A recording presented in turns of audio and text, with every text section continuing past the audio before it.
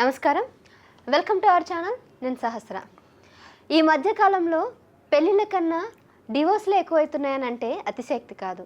Divorce rate ఎక్కువగా పెరగడానికి గల కారణాలు ఏంటి? అసలు డివోర్స్లు ఇంతకుముందు ఇవ్వడానికి కనీసం 1 ఇయర్ గ్యాప్ పీరియడ్ ఉండేది. ఇప్పుడు చాలా ఇమ్మీడియట్గా కూడా ఫాస్ట్ కోర్టులు వచ్చేసాయి. డివోర్స్ అనేది చాలా ఇమ్మీడియట్గా ఇచ్చేస్తున్నారు.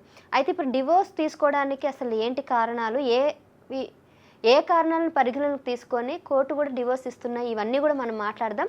అండ్ అంతేకాకుండా వేరే దేశాలలో ఉన్న వాళ్ళు అక్కడి నుంచి డివోర్స్కి అప్లై చేయడానికి కుదురుతుందా లేదా, ఈ అంశాలు కూడా మాట్లాడదాం. ప్రస్తుతం మనతో ఉన్నారు హైకోర్టు అడ్వకేట్ బి వరుణ్ గారు. నమస్కారం అండి. Sir, divorce, so living relation అనేది ఎక్కువ అయిపోవడం వల్ల పెళ్ళిళ్ళు చేసుకోవడానికి చాలామంది ఇష్టపడట్లేదు. తర్వాత పెళ్ళిళ్ళు చేసుకున్నా కానీ చాలామంది డివోర్స్ అయితే ఇమ్మీడియట్గా తీసుకుంటున్నారు. సరే, కారణాలు ఏవైతే ఏమున్నాయి మనకు అనవసరం. సో మనం యాజ్ ఎ లా ప్రకారం మనం చూసుకుంటున్నాం కాబట్టి డివోర్స్ తీసుకోవడానికి ముఖ్యంగా అంటే మనం ఏవి చెప్తే మీరు పరిగణలోకి తీసుకొని డివోర్స్ ఇమ్మీడియట్గా ఇచ్చేస్తున్నారు? ఇక్కడ యాక్చువల్గా డివోర్స్ అనేది 2 రకాలు ఉందండి. మన హిందూ మ్యారేజ్ యాక్ట్ 1955 పరంగా, హిందులో పరంగా ఏంటంటే ఒకటి మ్యూచువల్, ఒకటి కంటెస్టెడ్.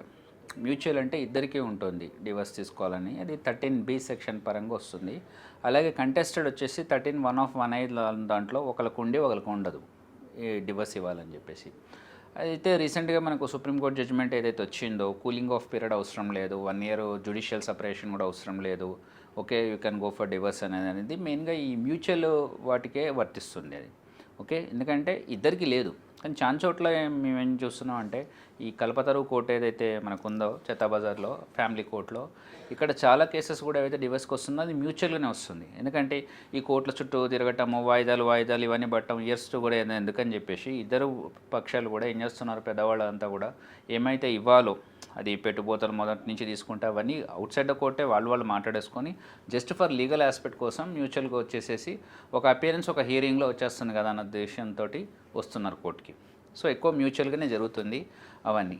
అయితే ఫ్యాక్టర్స్ కన్సిడర్ చేయాలనేది ఇక్కడ ఏంటంటే, ఇప్పుడు సపోజ్ వేరే కేసెస్ చేసేస్తే మనకు అక్కడ ఆస్పెక్ట్స్ ఎన్నో కన్సిడర్ చేస్తుంది. ఇక్కడ ఫ్యామిలీ కేసెస్లో ఇండివిజువల్కి, హస్బెండ్కి, వైఫ్కి వాళ్ళ పరిధిలో జరిగింది ఏ లెవెల్లో ఉందో, కొన్ని చోట్ల పెద్ద ఇష్యూస్ కూడా వాళ్ళు కూల్గా ఉండొచ్చు, కొన్ని చోట్ల చిన్న విషయాలు కూడా వాళ్ళు హర్ట్ అవ్వచ్చు, డిపెండ్స్ ఆన్ దెమ్. కానీ వాళ్ళు అప్రోచ్ అయినప్పుడు లాయర్ కూడా మ్యూచువల్గా కంటెస్టెడ్ అని దాన్ని బట్టి ముందుకెళ్ళడం జరుగుతుంది. ఓకే. అండ్ ఇంకొకటి ఫాస్ట్ కోర్ట్స్ ఏవైతే వచ్చాయో, సో డివోర్స్ విషయంలో ఎంత మినిమం ఎంత గ్యాప్ పీరియడ్, కూలింగ్ పీరియడ్ ఏదని అంటారు కదా, కూలింగ్ ఆఫ్ పీరియడ్ అనేది అదే ఇందాక చెప్పుకున్నట్టు మనకు ఈ మ్యూచువల్ ఏవైతే ఉన్నారో ఇద్దరికి ఉన్నప్పుడు ఇటు కోర్టు పరంగా కూడా judicial separation 1 year cooling of period ఏదైనా మనం ఏ టెక్నాలజీ వాడినా ఆ 1 ఇయర్ అనేది అవసరం లేదని చెప్తున్నారు. కానీ ఈవెన్ ద అస్పిరెంట్స్ ఎవరైతే ఉన్నారో డివోర్స్కి అప్లై చేశారో వాళ్ళు అవుట్ సైడ్ ద కోర్టు కూడా వాళ్ళు మాట్లాడేసుకొని వాళ్ళు ఒక అపియరెన్స్ ఒక హియరింగ్కి వచ్చేస్తున్నారు అక్కడ. సో అదనమాట. అండ్ ఈ ఫాస్ట్ ట్రాక్ కోర్ట్స్ ఇవన్నీ దీనికి వర్తించదు. ఇది ఏంటంటే general family cases years together జరుగుతుంటాయి. ఒక 12 ఏళ్ళ తర్వాత జడ్జిమెంట్ వచ్చినాయి కూడా ఉన్నాయి ఎర్లియర్. ఓకే, వీళ్ళు వస్తే వాళ్ళు రారు, లేకపోతే హెల్త్ గ్రౌండ్స్ అంటారు, ఇంకోటి అంటారు. కాబట్టి మ్యూచువల్గా ఉన్నప్పుడు అపియరెన్స్ హియరింగ్లో అయిపోతున్నాయి అలా అనమాట. మెయిన్గా వాటికే ఈ కూలింగ్ ఆఫ్ పీరియడ్ 1 ఇయర్ అవసరం లేదని సుప్రీంకోర్టు జడ్జిమెంట్ ఇవ్వడం జరిగింది. ఓకే.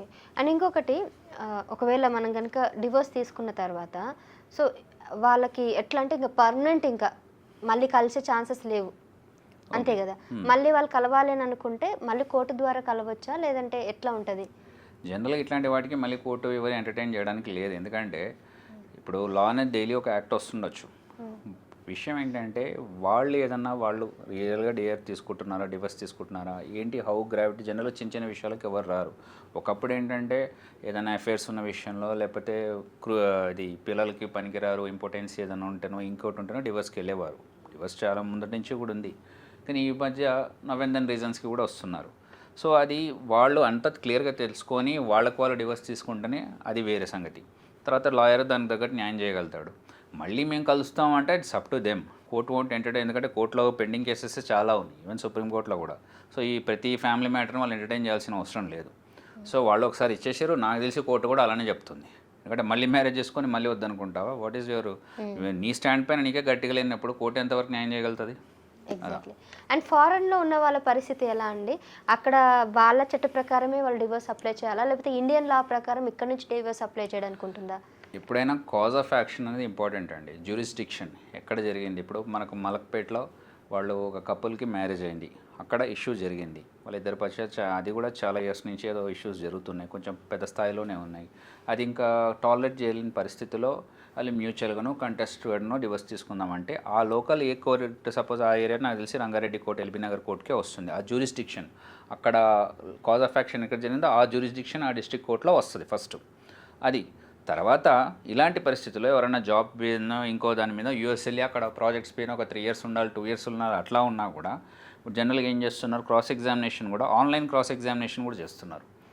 జడ్జి ముందే వాళ్ళు ఆన్లైన్లో వస్తున్నారు. అదే సెల్ ఫోన్స్ ద్వారా కూడా చూపించిన ప్రూఫ్స్ ఉన్నాయి కోర్టులలో. మేము డిఫరెంట్ కోర్ట్స్లో చూసాం, సెల్ ఫోన్ ద్వారా కూడా వాళ్ళు ఆన్లైన్లో వచ్చి అప్పుడు జడ్జితో చెప్పినవి కూడా ఉన్నాయి. బట్ మెయిన్గా అక్కడ ఫారిన్ కంట్రీస్లో మ్యారేజ్ అయ్యి అక్కడ కాజ్ ఆఫ్ యాక్షన్ అయితే అక్కడ కాన్స్టిట్యూషన్ పరంగా కూడా చేయొచ్చు. ఈ మధ్య డ్యూయల్ సిటిజన్షిప్ అక్కడ పర్మనెంట్ రెసిడెన్స్ అక్కడ ఉన్నోళ్ళకి అక్కడ ఏదో జస్ట్ ఒక జాబ్ పర్పస్ మీద అట్లా వెళ్ళినప్పుడు అయితే ఎక్కడ జరిగింది కాజ్ ఆఫ్ యాక్షన్ అక్కడ ఇంపార్టెంట్, దాని పరంగా అక్కడ జరుగుతుంది. మిగతా ప్రాసెస్ అంతా మనం చెప్పుకున్నట్టు ఏవైతే తర్వాత ట్రయల్స్ జరుగుతాయో, క్రాస్ ఎగ్జామ్, చీఫ్ ఎగ్జామ్, ఇవి ఏవైతే ఉన్నాయో, ఆర్గ్యుమెంట్స్, జడ్జిమెంట్స్ అయిన దాకా ఇదంతా ఆన్లైన్లో కూడా చేస్తున్నారు. రైట్ అండి. సో ఇన్ కేస్ ఎవరైతే కనుక డివోర్స్ అప్లై చేస్తారో మీరు అన్నట్టుగా సార్ చెప్పినట్టు కూడా సో మ్యూచువల్గా ఎవరైతే అప్లై చేసుకున్నారో వాళ్ళకి ఇమీడియట్గా కూల్ ఆఫ్ పీరియడ్ టైంలోనే వాళ్ళకి ఇవ్వడం జరుగుతుంది. లేదంటే ఒకరి వైపు నుంచి వాళ్ళకి డివోర్స్ కావాలనుకుంటే కనుక కాస్త టైం పడుతుంది.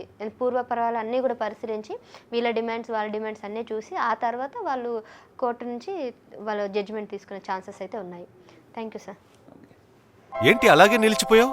గోల్డ్, డైమండ్, సిల్వర్ రేట్ ఇలా ఉంటే ఇలా నిలిచిపోకుండా ఎలా ఉండేది? ప్రజలకు మనం ఏం చేయగలమో ఆలోచించు గురు. తగ్గింపు ధమాకా. లలిత వారి మార్కెట్లోనే తక్కువ తరుగులో ఇంకా 1% తగ్గింపు ఇద్దాం. ఓకే, వజ్రాభరణాలకు క్యారెట్ కు 5000 రూపీస్ తగ్గింపు ఇద్దాం.